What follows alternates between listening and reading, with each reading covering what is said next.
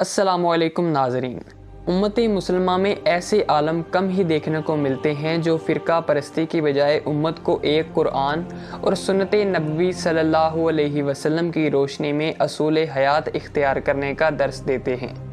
Engineer Mohammad Ali Mirza ऐसी मजहबी शख्सियत हैं जो मुआशरे में राइज जाहिलाना रसूम और हसास मौज़ूआत पर खुलकर बात करने की वजह से मशहूर हैं। वो ना तो पाकिस्तान में राइज तालीमी निज़ाम के मुताबिक किसी मदरसे से फ़ारिग तहसील हैं और ना ही कोई इमाम मस्जिद हैं, बल्कि वो एक सरकारी महकमे में 19वीं स्केल के मैकेनिकल इंजीनियर हैं और जेहलम में एक इस्लामिक रिसर्च एकेडमी चलाते हैं।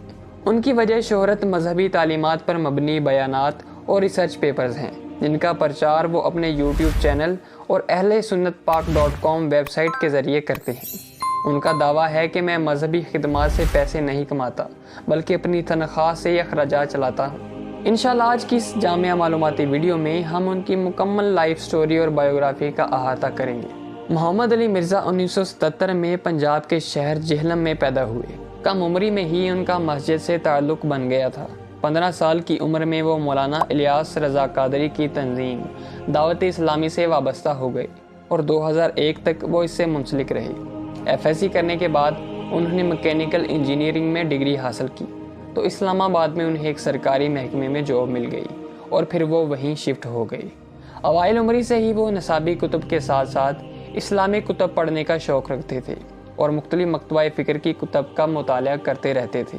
इंजीनियरिंग की डिग्री मुकम्मल करने के बाद फरागत के दिनों में उन्होंने शरह मुस्लिम और बुखारी शरीफ का मुताला करना शुरू किया और 2007 में कुरान से शुगफ हासिल हुआ और तर्जमा और तफसीर से इस्तिफ़ादा हासिल करना शुरू कर दिया और फिर अहादीस की बाकी मुस्तनद किताबों से ताल्लुक़ कायम किया।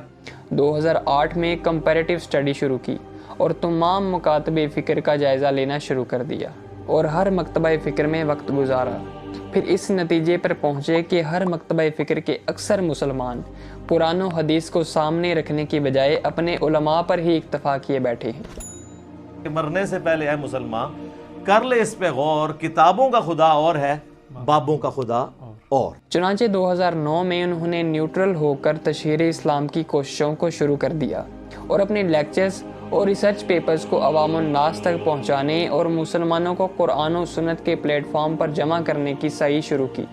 उनका कहना है कि मैं अपने अहले हदीस, बरेलवी, देवबंदी और अहले तशय्यो, हनफी, शाफई, मालिकी और हम्बली भाइयों को मुसलमान समझता हूँ और उनसे दिली मोहब्बत रखता हूँ सिवाय कादियानी और नुसैरिया के, और मैं अहले हदीस के मकतबा फ़िक्र के मनहज को सबसे ज़्यादा पसंद करता हूँ। हमें चाहिए कि हम उलमा से ज़्यादा इल्म हासिल करें, लेकिन अकायद पर कोई समझौता किसी तौर काबिल कबूल नहीं।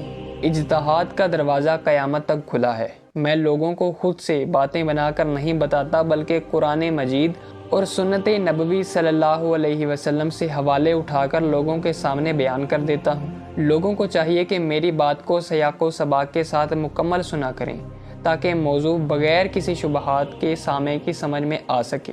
आखिर में हमारी दुआ है कि अल्लाह रब्बुल इज़्ज़त दीन की खिदमत पर मामूर मुजाहिदीन की सेहत और इल्म अमल में बरकत अता फरमाए। हमें किताब व सुन्नत को पढ़ने, समझने, अमल करने और दूसरों को तरगीब देने और सिराते मुस्तकीम पर चलने की तौफीक अता फरमाए। नाज़रीन, आपको हमारी ये वीडियो कैसी लगी कमेंट्स में अपनी कीमती राय से आगाह ज़रूर कीजिएगा, और अगर आप हमारी इस वीडियो में कोई कमी बेशी या गलती देखें तो कमेंट्स में हमारी तस्हीह भी ज़रूर कर दीजिएगा।